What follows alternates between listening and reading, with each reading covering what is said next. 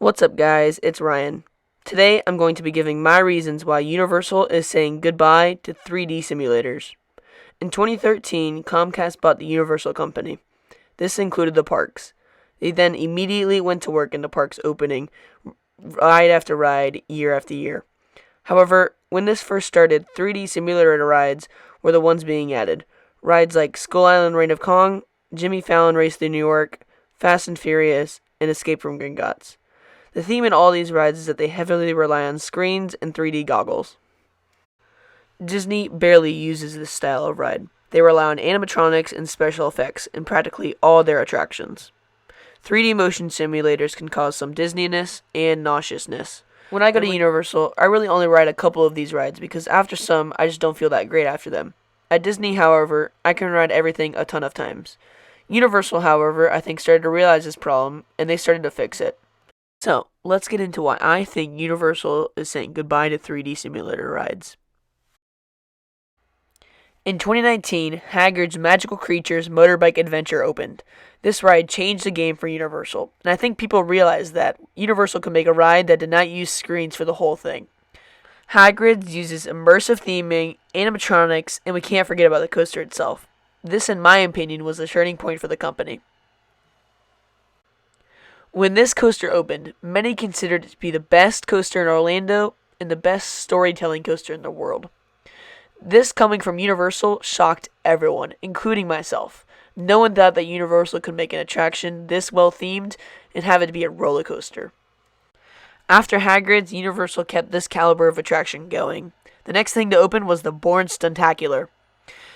This show is just so amazing. The way it uses special effects, stunt work, and screens is just truly amazing. This show is really a one-of-a-kind experience and definitely a must-do at Universal.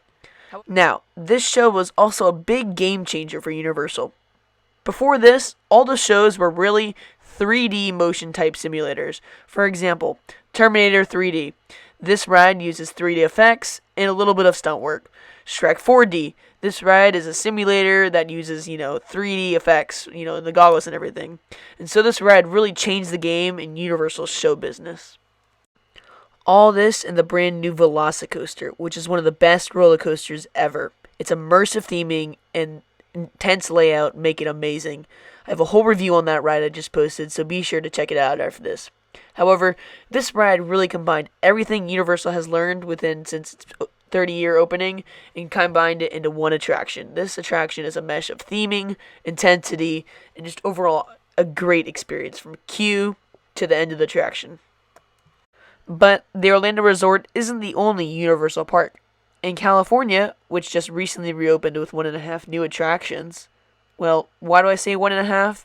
Because of Jurassic World the ride. When the original Jurassic Park version of this ride closed for refurbishment, they didn't actually have enough time to really fully retheme it into Jurassic World. They had most of the main ride done, however, they were still working on the Indominus Rex animatronic at the finale. So, when the ride reopened, many guests, including myself, really felt let down. They felt like it didn't live up to the original attraction in Jurassic Park, and the finale just wasn't that great. From the Predator Cove section on, the ride just kind of felt a little dull and really not complete. However, Universal Creative said that they were still working on the animatronic, and that it would come in at a later date. So, when the parks closed for the COVID shutdown, what not a better time to add in this new animatronic and really freshen up the end of the ride and make it a complete attraction, this is exactly what they did. This really saved the ride, and it just turned it into this amazing attraction, and the finale is so big and awesome. The Indominus Rex animatronic is so detailed, and it has a huge range of movement. This redeemed the ride, and the Predator Cove section also received some new friends and the old Indominus Rex animatronic. I was wowed, and it really makes me want the version of the ride in Florida instead of Jurassic Park. It's just that cool. However, Jurassic World the ride isn't the only new ride that opened in Universal California. The Secret Life of Pets Off the Leash Kids Dark Ride opened as well. This ride is an Omnimover style attraction, so like the Haunted Mansion. The ride uses almost all animatronics for the whole ride. Each of the favorite characters from the movies are on the ride countless times, and they all look great. There is even an adorable Max and Duke animatronic in the queue. Over in the Japan park, the brand new Nintendo Land just opened. This includes the Mario Kart Koopa's Challenge ride, which uses a mix of augmented reality, immersive sets, effects, projections, and so much more. This ride is a perfect mix of real-life sets with augmented reality. This is really a one-of-a-kind and, kind of pushing the boundaries attraction. If you guys want me to make a review on Nintendo Land and kind of my thoughts on the whole land as a whole, including this attraction, let me know in the comments down below. All these rides and shows prove that Universal can create amazing attractions without heavily relying on screens and 3D goggles. Yes, some of the rides use screens, but in a small way, and they don't rely on them like they used to.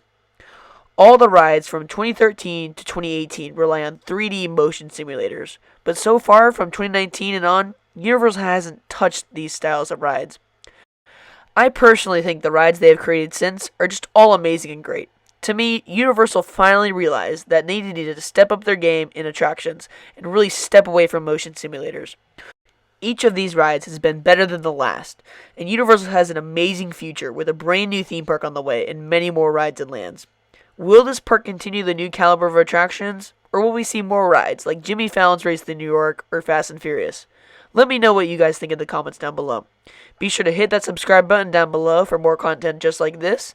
And with all that being said, thanks for watching.